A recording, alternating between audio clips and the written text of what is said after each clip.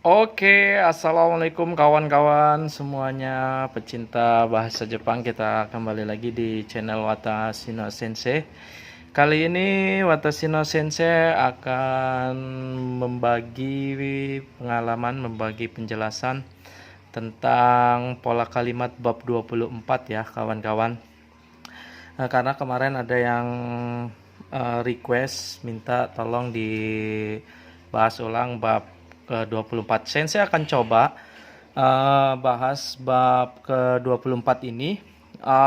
Tapi sebelumnya, agar kalian bisa lebih gampang memahami, Sensei minta sebelum menyimak video ini, kalian semua harus sudah menonton video Sensei sebelumnya yang tentang Tadoshi dan Jiroshi, kata transitif dan kata kerja intransitif ya.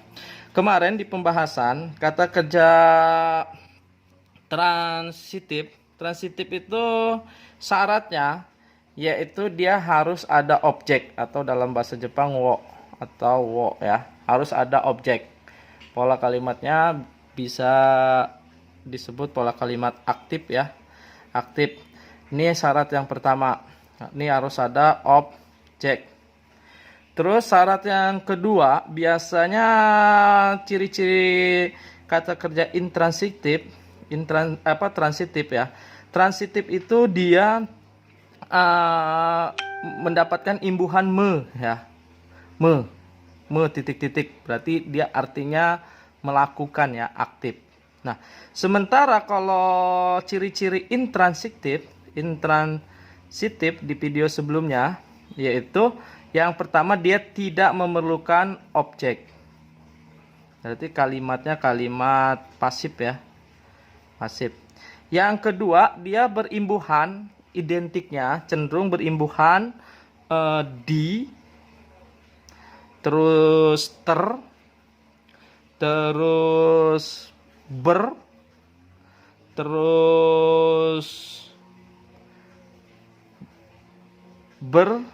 terus titik-titik kan.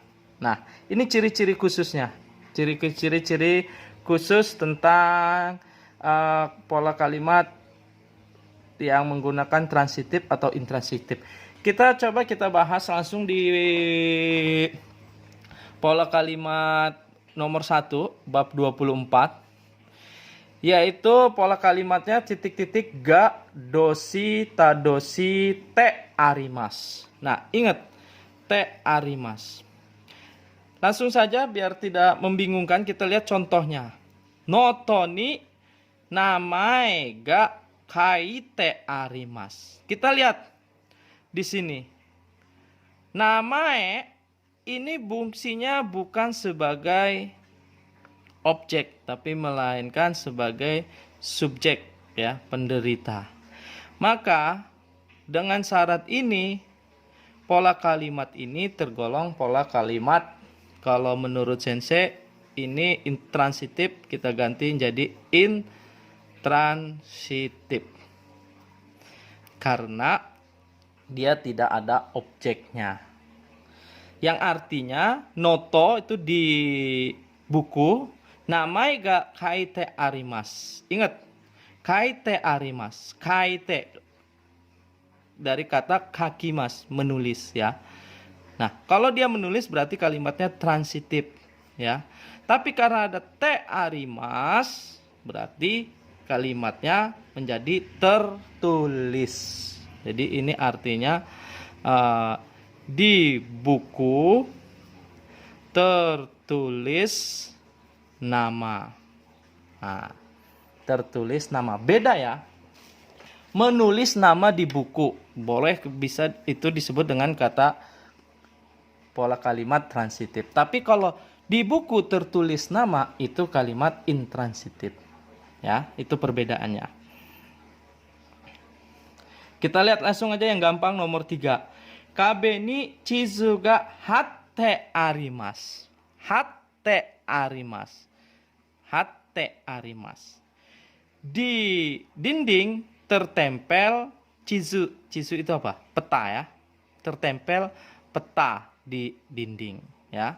KB itu dinding, di dinding tertempel peta. Di ding. Ini berimbuhan tertempel peta. Oke? Gampang kan?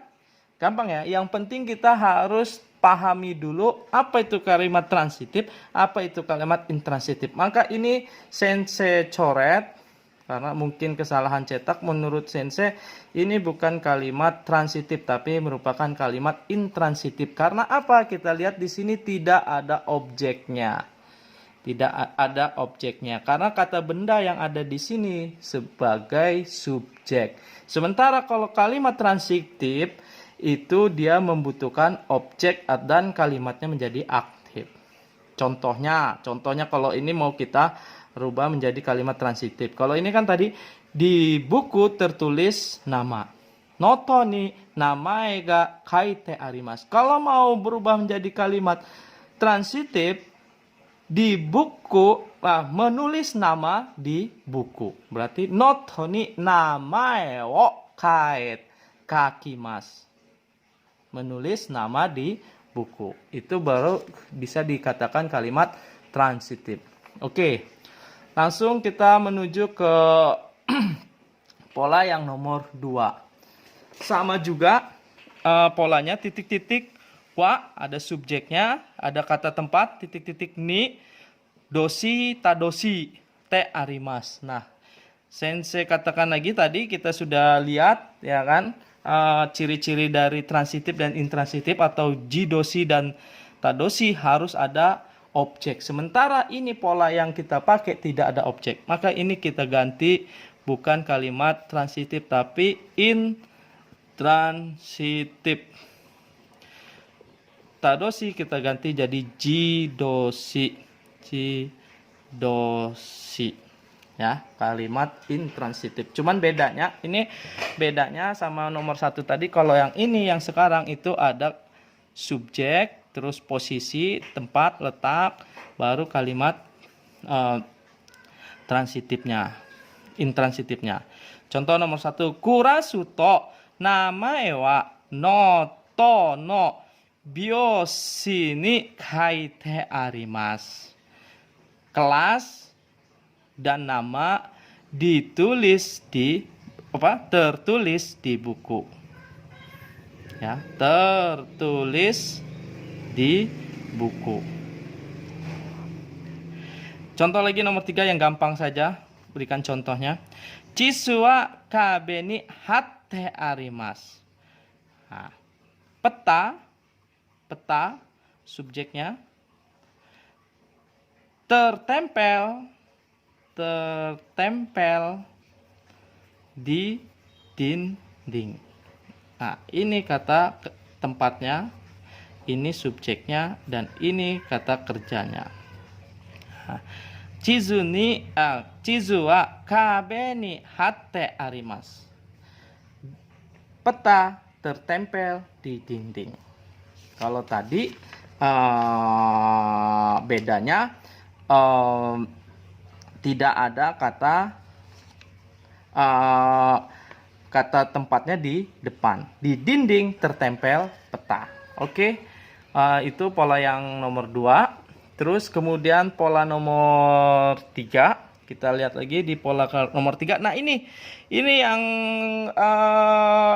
sangat-sangat dapat dengan mudah kita membedakan kata kerja transitif dan intransitif dan kata kerja transitif di pola nomor 3 dan 4. Kita lihat dulu di pola nomor 3. Ingat ya, tadi syarat ciri-ciri intransitif. Kalau intransitif itu tidak memerlukan objek, ya. Objek ini tidak perlu, ya. Objek tidak perlu. Nah, ciri yang kedua berimbuhan ber atau di atau titik-titik kan, dilakukan atau apa dan seterusnya. Ini perbedaannya nanti kita bisa bandingkan perbedaannya. Nah, contoh nomor 1, denki ga sukimasu. Nah, denki ga sukimasu, doa ga akimasu. Nah, doa ga akimas. Kita langsung doa itu pintu, ga akimas itu buka. Berarti artinya pintu terbuka. Higa sukimas, api dalam keadaan menyala. Atau kalau dia menggunakan syarat ini bisa kita pakai di, ya kan? Api dinyalakan. Ya kan? Mise ga shimarimasu. Mise itu apa? Toko. Ga shimarimasu itu tutup. Toko tertutup. Ya, toko tertutup dan seterusnya. Contoh yang lainnya. Nah, kita lihat perbedaannya. Kalau yang kalimat transitif. Kalimat transitif tadi syaratnya yang pertama harus ada objek. Yang kedua berimbuhan me. Ya, berimbuhan me. Nah, ini lihat. Titik-titik wo, dosi, ta, dosi. Transitif. Objek dan kata kerjanya, kata kerja transitif. Ya. Kita bedakan. Denki wo tsukemasu. Listrik berhimbuhan menyala. Salah. Karena ini ada wo, berarti dibalik ya. Menyalakan listrik. Ya. Menyalakan listrik. Ya. Mado akemas. Membuka pintu. Membuka pintu. Kita bandingkan sama pola kalimat intransitif yang di atas tadi. Denki ga tsukimasu. Listrik menyala. Listrik menyala. Kalau yang transitif menyalakan listrik. Perbedaannya di situ ya kan. Kalau yang intransitif artinya menjadi listrik menyala. Kalau kalimat yang transitif menjadi artinya menyalakan listrik. Jadi kita yang harus benar-benar pahami adalah apa itu intransitif dan apa itu transitif. Sehingga dalam memahami pola kalimat bab 24 ini, insya Allah bisa segera paham dan bisa segera nyambung dan bisa segera mengerti. Oke, sampai sini paham? Oke. Terus kemudian kita bahas lagi tentang pola kalimat nomor 5. Ya, contohnya sengaja Sensei nggak kasih panjang-panjang karena biarin video ini bisa gampang dimengerti, tidak terlalu panjang dan tidak membosankan. Tapi nanti kalau kawan-kawan masih bingung bisa tulis komen bingungnya di mana dan minta penjelasan seperti apa. Oke kawan-kawan, kita langsung lanjut ke bab 5, bab 24 poin nomor 5 ya. Titik-titik ga doshi jidoshi te imas. Ada kata te imas ya. Kata te imas. Nah, oke, kita lihat contohnya intransitif ya. Intransitif berarti tadi syaratnya tidak memerlukan objek dan kalimatnya berimbuhan di, berhimbuhan ter, berhimbuhan titik-titik kan, berhimbuhan ber dan lain sebagainya. Nah, kita lihat contoh yang pertama. Hea no denki ga suite imas. Berarti artinya suite itu menyala ya. Menyala. Karena ditambah te imas, sebenarnya kalau dia ada objeknya, te imas itu bisa diartikan sedang. Ya. Bisa juga ini kita artikan sedang ya kan. Hea no denki ga suite imas. Listrik kamar sedang dalam keadaan menyala. Tapi terlalu panjang kalimatnya. Lebih simpelnya aja langsung. Listrik Heya no denki ga suite imas. Listrik kamar dinyalakan. Ya, bisa seperti itu kalimatnya. Atau bisa juga artinya listrik kamar sedang dalam keadaan menyala. Sedang menyala. Bisa juga seperti itu kalimatnya. Doa ga aite imas. Aite imas. Terbuka. Pintu terbuka. Jadi bisa langsung dikatakan terbuka bisa. Pintu terbuka. Karena tidak ada objeknya. Tapi kalau kita kasih objek, contohnya ya, contoh yang nomor 2 ini kita kasih objek. Watashi wa doa o aite imasu. Ya. Aite imasu. Berarti artinya saya sedang membuka pintu. Nah, ini uniknya kalau te imas, kalau dikasih objek dia bisa berartikan sedang, ya. Bisa berartikan sedang. Tapi karena tidak ada objeknya, bisa langsung kita artikan terbuka. Tidak perlu ditambah sedang, itu tidak perlu, sudah cukup orang mengerti, ya kan. Doa ga aite imas, pintu terbuka. Nggak perlu dikasih tambahan lagi keterangan pintu sedang terbuka, tidak perlu. Pintu terbuka aja orang sudah paham. Tapi kalau dikasih subjek, dia harus dikasih tambahan sedang, ya. Kalau dikasih subjek, ya, saya sedang membuka pintu. Nah, kita lihat pola yang nomor 5. Yang pola nomor 6, titik-titik ga dosi tah dosi. Nah, ini transitif, memerlukan objek. Itu syaratnya. Yang kedua berimbuhan me. Kalau misalnya objeknya nggak ada, berarti dia artinya menjadi imbuhan me. Nah, sebenarnya perbedaan nomor 5 dan nomor 6, pola nomor 5 dan nomor 6 ini tidak jauh berbeda. Karena kalau diartikan itu artinya hampir sama, ya kan. Te arimas itu juga bisa diartikan sedang, juga bisa, atau tidak diartikan juga, tidak ditambah artinya sedang juga bisa.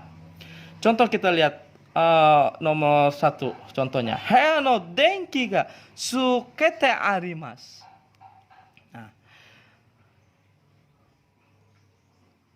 Nah, listrik kamar sedang menyala. Listrik kamar menyala. Ya kan? Listrik kamar menyala. Nah, transitif, ya, karena berhimbuan me. Kalau di atas tadi listrik kamar dinyalakan. Ya, dinyalakan. Ya. Kalau yang ini pola nomor 6, listrik kamar menyala. Nah, sebenarnya kalau dalam arti bahasa Indonesianya bab 5 dan bab 6 itu hampir ada persamaan, cuman bedanya kalau teh arimas ini ada seseorang yang sengaja untuk membukakan atau sengaja untuk melakukan sesuatu yang tergantung kata kerjanya tadi. Contohnya ini tadi. Heya no denki ga sukete arimas. Listrik kamar menyala. Nah, ini menyalanya ini artinya ada perasaan, ada anggapan menyalanya ini ada orang yang menyalakan. Nah, jadi artinya begini, ketika kita ingin berbicara tentang keadaan suatu tempat dan keadaan tersebut itu ada si pelakunya, maka makainya te arimas. Contohnya ini tadi. Heya no denki ga sukete arimas. Listrik kamar sedang menyala. listrik kamar sedang menyala.